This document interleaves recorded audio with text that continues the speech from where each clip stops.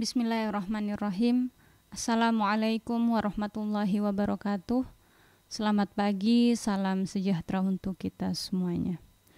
Baik, pada kesempatan yang berbahagia ini kita akan melanjutkan pembahasan fikih kita minggu lalu, yang mana minggu ini kita akan membahas tentang 5 perbedaan laki-laki dan perempuan di dalam sholat.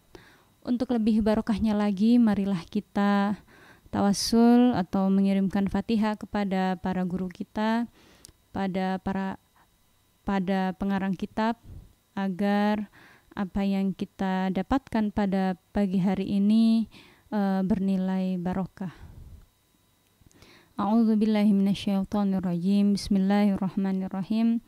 Allahumma inni atawassalu ilaika binabika wa rasulika Muhammadin sallallahu alaihi wasallam wa ala alihi wa sahbihi wa bi awliyaikal muqarrabin wa bi masyayikhi wa masyayikhi masyayikhina khususan syekhna Syamsul Arifin wa syekhna As'ad wa syekhna Ahmad Fawait As'ad wa syekhna Dhafir Munawar wa syekhna Kiai Harir Abdul Azim wa syekhna Kiai Zakir Ridwan wa hadratu Syekh Kasim Asy'ari antahdiana ila siratikal mustaqim wa tarzuqana imanan shadiqan wa ilman nafi'a wa amalan mutaqabbala wa rizqan thayyiban wasi'an. Thumma khususan ila Syekh Musannif Syekh Muhammad bin Qasim Al-Ghuzi wa khususan ila Syekh Abu Syuja wa nafa'ani bi ulumihima wa nafa'ana bi ulumihima fid dharaini. Syulilallahumul Fatihah. A'udzu billahi minasyaitonir rajim. Bismillahirrahmanirrahim. Alhamdulillahi rabbil alamin. Arrahmanir rahim. Maliki yaumiddin. Iyyaka na'budu wa iyyaka nasta'in. Ihdinas siratal mustaqim. Siratal ladzina an'amta 'alaihim ghairil maghdubi 'alaihim waladdallin. Amin. Allahumma amin. A'udzu billahi minasyaitonir rajim. Bismillahirrahmanirrahim. Faslun. Ai hadza faslun, adapun ini ialah suatu fasal. Wal mar'atu, dan adapun perempuan, tukhalifu, itu berbeda, siapa perempuan, arrujula, kepada laki-laki, berbeda fi khamsati asya'a, di dalam 5 perkara. Farrajulu, oleh karena itu adapun laki-laki, yujafi, itu mengangkat siapa laki-laki, mirfaqaihi, kepada kedua sikunya, mengangkat anjanbaihi, dari kedua lambungnya, dari kedua sisi lambungnya. Wa yukillu, kemudian perbedaan yang kedua, wa yukillu, dan mengangkat siapa laki-laki, batunahu, kepada perutnya, an fakhdaihi, dari kedua pahanya. Itu yang kedua. Mengangkat fir ruku'i, ketika ruku', was sujudi, dan sujud. Wa yajharu, dan mengeraskan siapa laki-laki fi maudhi'il jahri, pada tempat, maksudnya mengeraskan suara siapa laki-laki fi maudhi'il jahri, pada tempat yang memang pantas untuk dia mengeraskan suara.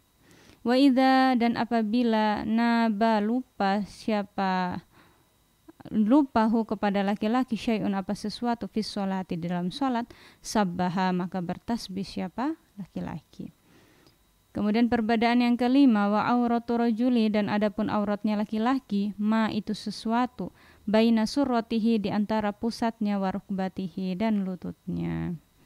Jadi perlu kita ketahui bersama bahwa di dalam sholat, entah itu sholat yang bersifat wajib atau bahkan maupun yang sunnah, perempuan dan laki-laki itu memiliki perbedaan di dalam beberapa gerakan.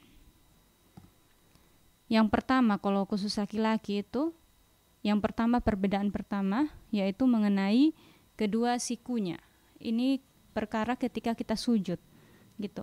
Ketika sujud, baik ketika sujud maupun ketika ruku, seorang laki-laki itu harus mengangkat kedua siku-sikunya. Artinya ketika ruku, kedua sikunya harus diluruskan. Ruku seperti itu, gini. Jangan ada yang gini kan, harusnya harus kayak gini ketika ruku. Dan ketika sujud, kedua tangannya harus dibuka gini. Jangan kayak gini, tapi harus dibuka ketika sujud. Itu yang kedua. Kemudian perbedaan yang ketiga, Perbedaan yang ketiga, saya ulangi. Jadi ketika ruku dan sujud, kedua tangannya laki-laki itu, kedua sikunya itu harus dibuka, diangkat gitu. Jangan iltasik, jangan ditempel seperti itu. Kemudian perbedaan yang kedua, perutnya, ya, perbedaan yang kedua, perutnya si laki-laki, baik ketika ruku maupun sujud, itu dia tidak boleh menaruh beban di bagian bawah, dia harus tetap tegak, kayak gitu. Harus ambil posisi sempurna, seperti itu. Itu perbedaan yang kedua. Kemudian perbedaan yang ketiga, laki-laki itu bisa mengeraskan suara di mana tempat yang layak dia mengeluarkan suara. Ini makalah ini menjelaskan tentang bahwa seorang laki-laki itu memiliki kekhususan mengenai suaranya. Artinya dia boleh jahar, dia boleh mengeraskan suara. Kalau perempuan itu lebih kepada dikecilkan suara. Meskipun perempuan itu menjadi imam, maka dia tidak boleh terlalu besar suaranya, harus dikecilkan sedikit. Seperti itu. Laki-laki boleh dikeraskan suaranya. Kemudian yang keempat, khusus laki-laki ketika ada sesuatu yang dia rasa hal itu adalah kelupaan di dalam sholat, maka cara dia mengingatkan hal yang lupa itu dengan cara bertasbih. Subhanallah. Ini dalam tanda kutip, maksudnya ketika ada dia bermakmum kepada imam, kemudian imam melupakan salah satu rukun, salah satu sunnah yang apabila kita lupa mengerjakannya itu harus sujud sahwi, maka kita sebagai makmum yang laki-laki mengingatkan si imam itu dengan cara bertasbih. Subhanallah gitu. Itu yang keempat. Kemudian yang kelima, auratnya laki-laki. Auratnya laki-laki itu di antara pusat sampai lututnya. Jadi ketika dia sholat, dia tidak menggunakan baju sekalipun, sholatnya tetap sah gitu. Asalkan auratnya tertutup. Auratnya di antara pusat dan lutut. Tapi kita kembali ke adab dalam tata krama bahwa kita harus menutup, memakai pakaian yang tertutup, yang sopan, seperti itu. Jadi ada 5 perbedaannya yang saya sebutkan tadi. Kita lanjut.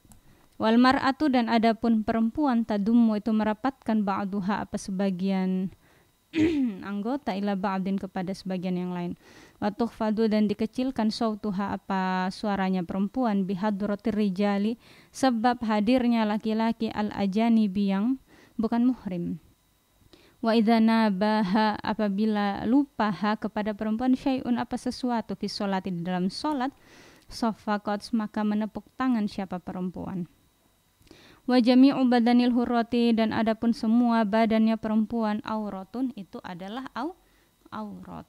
Illa wajhaha, kecuali wajahnya, wa kaffaiha, dan kedua telapak tangannya.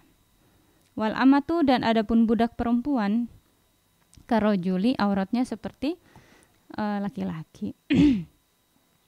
Kemudian ada 5 perbedaan bagi perempuan di dalam sholat. Yang pertama, dia itu merapat ketika ruku dan sujud, tangannya itu tidak boleh diangkat. Dia harus ditekuk sedikit. Seperti itu. Demikian juga ketika sujud. Kemudian perbedaan yang kedua lambungnya perempuan ketika sujud itu harus kedua siku dengan lambung itu harus berdekatan. Seperti itu. Beda ya perempuan dan laki-laki. Kemudian yang ketiga, apabila dia bermakmum, kemudian makmum imamnya itu lupa sesuatu, lupa rukun di dalam sholat, maka cara mengingatkannya itu dengan menepuk tangan 1 kali. Atau seperti itu. Kemudian yang 1, 2, 3. Yang keempat itu menjelaskan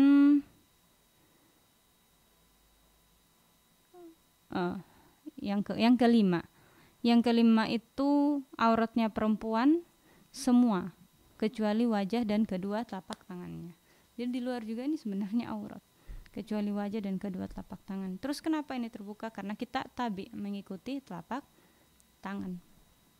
Seperti itu, wajah dan kedua telapak tangan. Jadi perlu kita pahami bersama.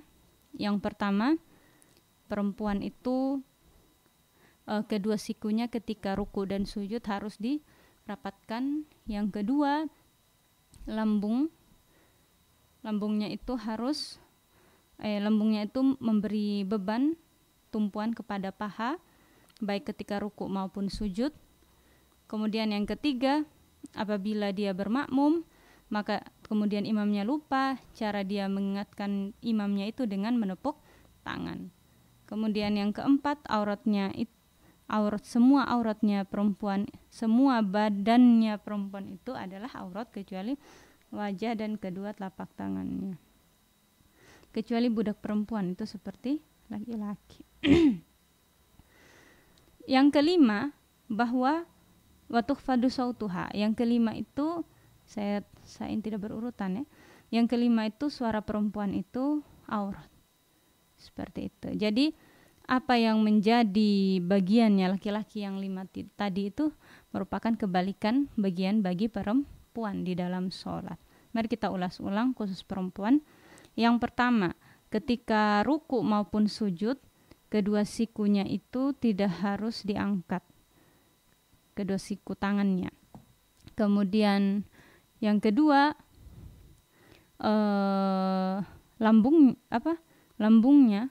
kedua lambungnya itu memberikan tumpuan kepada paha baik ketika ruku maupun sujud. Yang ketiga, suaranya perempuan itu adalah aurat. Jadi ketika dia bersama dengan orang yang bukan muhrim, dia harus dikecilkan suaranya. Kemudian yang keempat, apabila dia bermakmum, kemudian imamnya lupa sesuatu rukun, maka cara mengingatkannya itu dalam sholat dengan menepuk tangan. Kemudian yang kelima, auratnya perempuan itu adalah seluruh badan kecuali wajah dan kedua telapak tangannya. Nah, ini ada ketentuan khusus bagi budak perempuan. Kalau budak perempuan, semua budak perempuan auratnya itu sama seperti laki-laki di antara pusat dan lutut. Inilah pembahasan kita pada pagi hari ini, yaitu mengenai 5 perbedaan perempuan dan laki-laki di dalam sholat. Kiranya manfaat barokah. Wassalamualaikum warahmatullahi wabarakatuh. Wallahu a'lam bishawab. Al-Fatihah. A'udzubillahi minasyaitonirrajim. Bismillahirrahmanirrahim. Alhamdulillahirabbil alamin. Arrahmanirrahim. Maliki yaumiddin. Iyyaka na'budu wa iyyaka nasta'in. Ihdinas siratal mustaqim. Siratal ladzina an'amta 'alaihim ghairil maghdubi 'alaihim waladdallin. Amin. Wassalamualaikum warahmatullahi wabarakatuh.